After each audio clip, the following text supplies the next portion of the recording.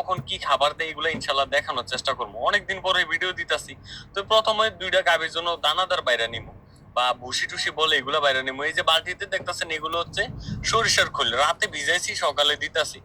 আর প্রত্যেকটা গরুর আমি আধা কেজি পরিমাণে দিয়ে দিব। এই সকাল বিকাল কিন্তু আধা কেজি খোল রাতে ভিজাই, বাস 2 বেলা ভাগ করে দিই। তো এখন এই দুটা গরুর ভাগ করে দিতেছি। এরপর আমি দিয়ে দিব ভুট্টার গুঁড়া। আর গাভী গুলার কিন্তু আমি ভুট্টার গুঁড়া কাঁচাই দিই, সিদ্ধ করে দিই না, কারণ সিদ্ধ করে দিলে কিন্তু একটু মোটা তাজা হয়ে যায়। কিন্তু প্রেগনেন্ট গরু তো এমনিতেই মোটা তাজা হয়ে যায়, বেশি মোটা হলে কিন্তু আবার বাচ্চাটা দেওয়ার সময় অনেক অসুবিধা হতে পারে। তো এরপরে দিয়ে দিচ্ছে ধান গম ভুট্টা, যে কিছুদিন আগে যে ভাঙাইছে আপনারা দেখছেন, এখানে গম একটু বেশি। তো গম আর ভুট্টা ধান একসাথে ভাঙাইয়া এরপরে এগুলা দিয়ে দিতেছি 2 বাড়ি। প্রতি এক বাড়িতে আধা কেজি পরিমাণে ধরে। তো এই সকালে দিতেছে এক কেজি, বিকালে 1 কেজি। আর ভুট্টার গুঁড়া দিতেছি সকালে আধা কেজি, বিকালে আধা কেজি। তো টোটাল হয়েছে আপনার 3 কেজি। আর সয়াবিনের সরিষার খোল হয়েছে আপনার আধা কেজি, আর কুড়া হয়েছে আধা কেজি। এই হলো সকাল বিকালে আমি 4 কেজি দানাদার দিই। এরপরে দিয়ে দিব ক্যালসিয়াম। ক্যালসিয়ামটা আমি মাঝে মাঝে দিই। তো এই ক্যালসিয়ামটা ছিল যখন আমার গরুগুলা খুরা রোগে, এফএমডি রোগে আক্রান্ত হয়েছিল, যে ষাঁড় গরুগুলা, তখন একটু দুর্বল দুর্বল লাগছিল। এরপর একটু ক্যালসিয়াম আইনা দিছিলাম ষাঁড় গরুগুলারে। তো একটু অল্প একটু আছে, তো এগুলা এই দোনটা গরু প্রেগনেন্ট গরু একটু ভাগ করে দিতেছি। ওরাকেল ক্যালসিয়ামটা কিন্তু অনেক ভালো, ওরাকেল ক্যালফ্লেক্স আরো অনেক ভালো ভালো ক্যালসিয়াম আছে। গাভী গরুর জন্য হলে ক্যালসিয়াম সবচাইতে মানে ভালো। প্রেগনেন্ট গরুর ক্যালসিয়াম খাওয়ালে সবচাইতে ভালো, বাচ্চা দেওয়ার সময় কিন্তু ক্যালসিয়াম শর্টে পড়ে না। তো এই যে দেখতেছেন যে প্রতিটা গরুরে আমি সকাল বিকাল 60 কেজি পানি খাওয়াইতেছি। যেমন এমনি চারিতে দিছি 15 কেজি পানি, এরপরে যে বালতিটা আছে এটা কিন্তু 16-18 কেজির উপরে। তো এমনি কমপক্ষে আমি 60 কেজি পানি খাওয়াইতেছি। মোটা তাজা বলেন, গাভী গরু বলেন, যে কোনো গরুর জন্য, শুধু বাছুর গরু ছাড়া যে কোনো গরুর জন্য পানি হলো অনেক গুরুত্বপূর্ণ। পানি খাওয়াবেন তার দুধ বাড়বো, পানি খাওয়াবেন তার শরীরটা বাড়বো, তার রোগ বালা একটু কম হইবো। তো মাসালা দিলে দেখতেছেন যে যেই পানিগুলা দিছিলাম প্রায় 30 কেজির উপরে পানি একটা নিয়ে খাইয়ে ফেলছে। আপনারা মাসালা বললেন, আমরা যে ভিডিও গুলা দেই বদনজর, কিন্তু এটা কিন্তু সত্য কথা। হ্যাঁ, এটা ইসলামেও বলা আছে যে বদনজর লাগে। তো আপনারা যদি মাসালা বলেন যে আমি যে ভিডিও গুলা দেই এগুলা কিন্তু আপনাদের উপকারের জন্যই দিই বা আপনাদের ধারণার জন্য দিই। তো এইখানে যদি মানে বদনজর আমার গরু অসুস্থ হয় বা কি, তাহলে কিন্তু এগুলা দেওয়া মানে বন্ধ করে দেওয়া দিতে হবে।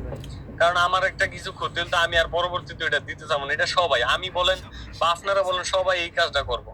তো এই খড় দেওয়ার পরে এখন যাবো আপনার ঘাস কাটতাম। যে এই কিছুদিন আগে আপনারা যে দেখছেন যে এই জায়গাটা কিন্তু ঘাস লাগাইছি।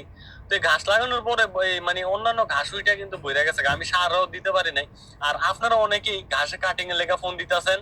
আপনারা ইনশাল্লাহ আর কয়েক মাস পরে নিতে পারবেন। হ্যাঁ, যেমন আমার 2টা গাভী গরু আমি যেমন আমাদের মাঠে গিয়েও ঘাস কাটলে আমি এমনি খাওয়াইতে পারবো।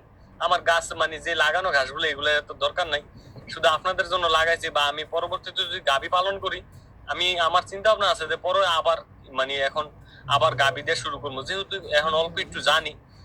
তো এই যে ঘাসগুলো দেখতেছেন এগুলো আর কিছুদিন পর আপনার কাটিং নিতে পারবেন, নিজে আইসা কাটিং মানে নিজে কাইটা এরপর নিয়ে যাইতে হইব।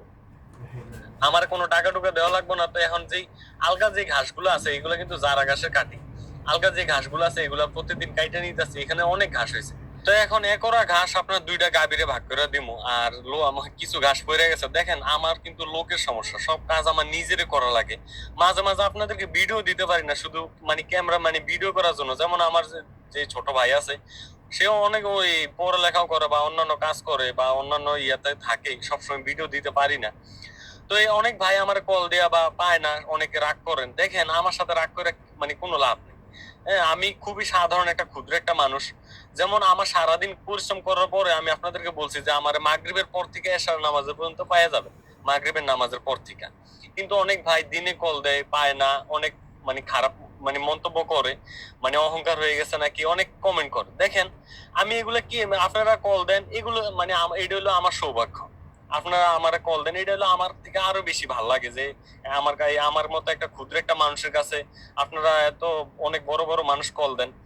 তো যাই হোক, আপনারা যারা আমার কল দিবেন মাগরিবের পরে কল দিবেন, ইনশাল্লাহ পাওয়া যাবেন। আর আমার যে নাম্বারটা আছে, ইমো, হোয়াটসঅ্যাপ এবং মোবাইল নাম্বার, এই মোবাইল, এই তিনটাতে একসাথে কল আসে। এখন আমি যদি একজনের সাথে কথা বলি, আবার আরেকজনের মানে তার সমস্যার সমাধান না পর্যন্ত বা না বুঝেন পর্যন্ত আমি তার কলটা কাইটা অন্যজনের কল তো ধরতে পারি না। তো আপনারা কিছুই মনে করেন না, আপনারা একদিন না পারলেও ইনশাল্লাহ এর পরের দিন কল দিন। তো এই আর বাকি ওরা এই এক ওরা যে নিতাছি এগুলা কিন্তু আপনার বিকালে দিয়ে দিব। তো এই হলো আমার সকালের কাজ কিন্তু শেষ। মানে প্রথমে